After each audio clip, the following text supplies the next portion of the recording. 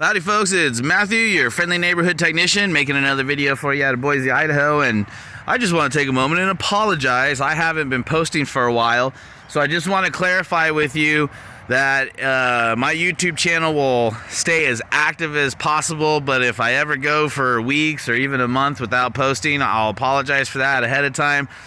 This new business at times has me so busy, I just don't have the time anymore to stop and make a video. So some things have definitely changed, and to a certain extent nowadays it's all about getting them in and out and making sure they're done right, and that sometimes takes a lot of focus and whatnot. And so, but that's also good news that I've been able to start to build this business up.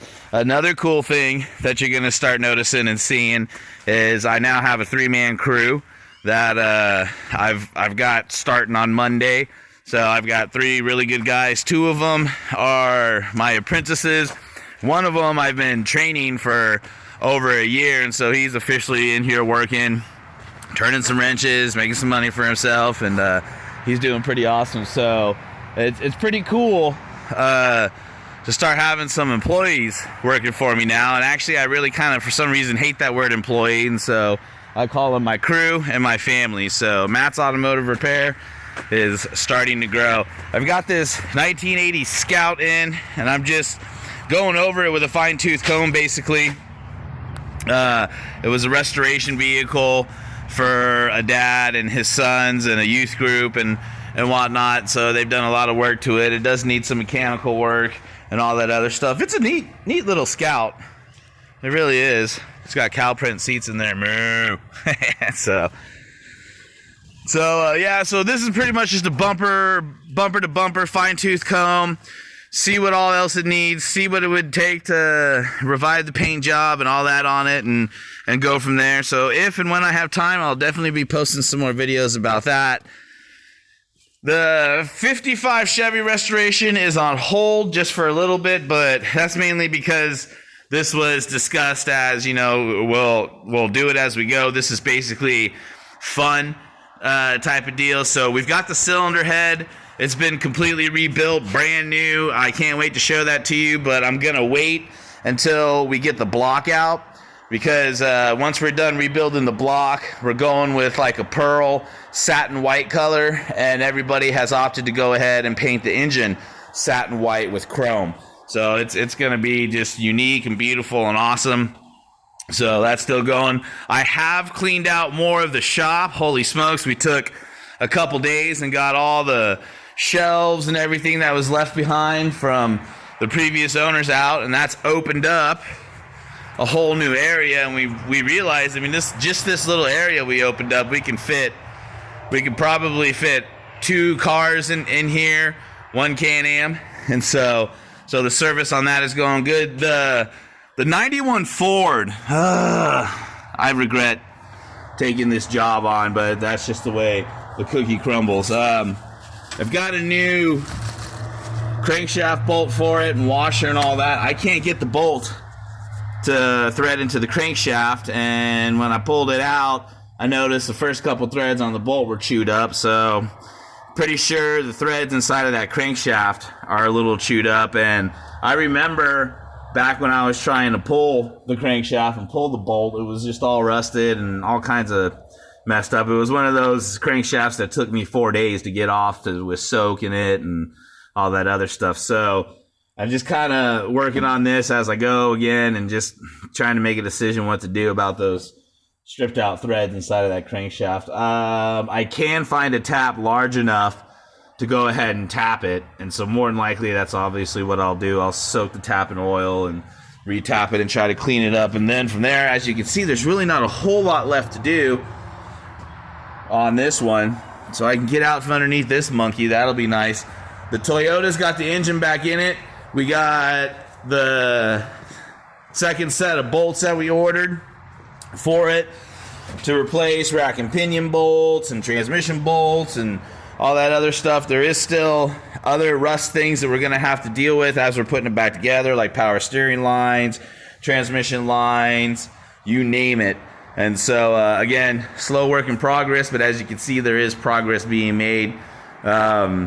We will get rid of this one pretty soon too, so no worries about that. Plus, having employees now, I'm free to work on some of this stuff. Now then, we've got the Mercedes Sprinter here. The Mercedes Sprinter. Hold on a second, guys. I think there's some fuzz there. There we go. Okay, this thing has been something else, let me tell you. It's a pretty awesome van, and it's beautiful, and it's luxury, and it's awesome, but whoever previously owned it absolutely did not take care of it, did not maintenance it, and every time I turn a corner on it, something is jumping up and biting me. From broken glow plugs to broken ABS sensors to rusted suspension bolts. Now, I have dealt with much worse at times, okay? But this one, I mean, you can see the rust had worked its way into the threads there. So this ended up being 2 days of soaking PB Blaster, penetrating oil, by the way. I totally support PB Blaster. It is awesome stuff. You can see the rust bond in there. It's worked its way into those threads. And then these, same there. And so none of this stuff wanted to come apart properly or accordingly. And it's taking a bunch of extra time again to get in here and just make sure you can get this stuff out without breaking them off. And believe it or not, if you go back to my YouTube, you'll see nightmare jobs or even bolts this big, like on that Toyota, have broken off. So we just ended up taking our time again on this one, getting it all out and all that other good stuff.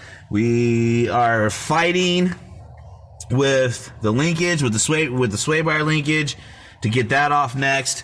And like I said, on this side, the ABS sensor broke off because it's seized up inside of the steering knuckle there. The steering knuckle has to come out and off in order to get the control arm out. And so in order to do that, you have to take out the ABS sensor. And as you can even see there, it's got some rust there. And so the ABS sensor is seized inside of the steering knuckle. Boo. Again, no fun, and look at that, man. It's just, yeah. So we soaked that for about a day, again, in PB Blaster. We were able to get it to kind of turn and stuff, but in the end, it was just not coming out. So I'll have to drill that out as well, and I highly suspect the other side is going to be the same, more than likely, once I get in there. And so, like I said, this thing, it's been a beast. I call it the beast. The beast! It's jumped up and bit me a few times. We're still in battle with it, but that's okay.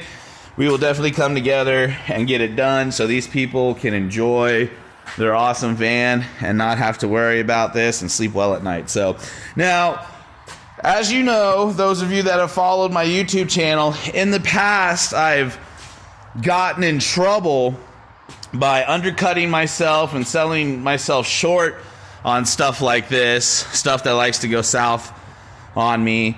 And so one thing I just kind of want to express that I've realized, first of all, I've got all my pricing correct here with the business now, and I'm no longer undercutting myself. And what I'm doing for people, because I still want to give back, you know, I want to be set apart from every other shop out there, so I still want to give back. So what I'm doing for people when it comes to jobs is I'm charging them the hourly rate times however many hours the book says the job should take. And so that's what I charge them for. Now, what I tell them is, I'm going to charge you for 10 hours. However, you never know what could go wrong, or you never know what could happen. It's a big job.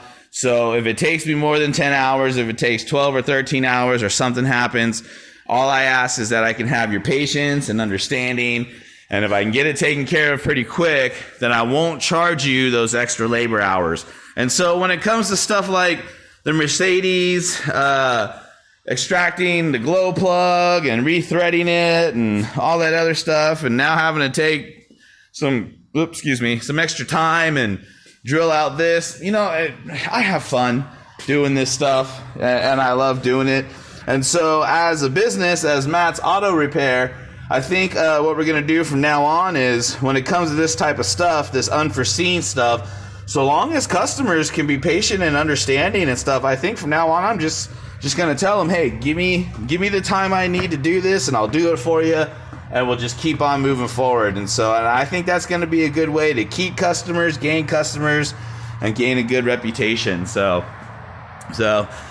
there's everything, guys. I appreciate everybody supporting my YouTube channel and supporting my business. And, you know, when you support my business, you support my family. You support my wife and 4 kids and all that. So I really appreciate everybody out there. Trust me. So, all right, guys. Well, this is Matthew, your friendly neighborhood technician, signing off.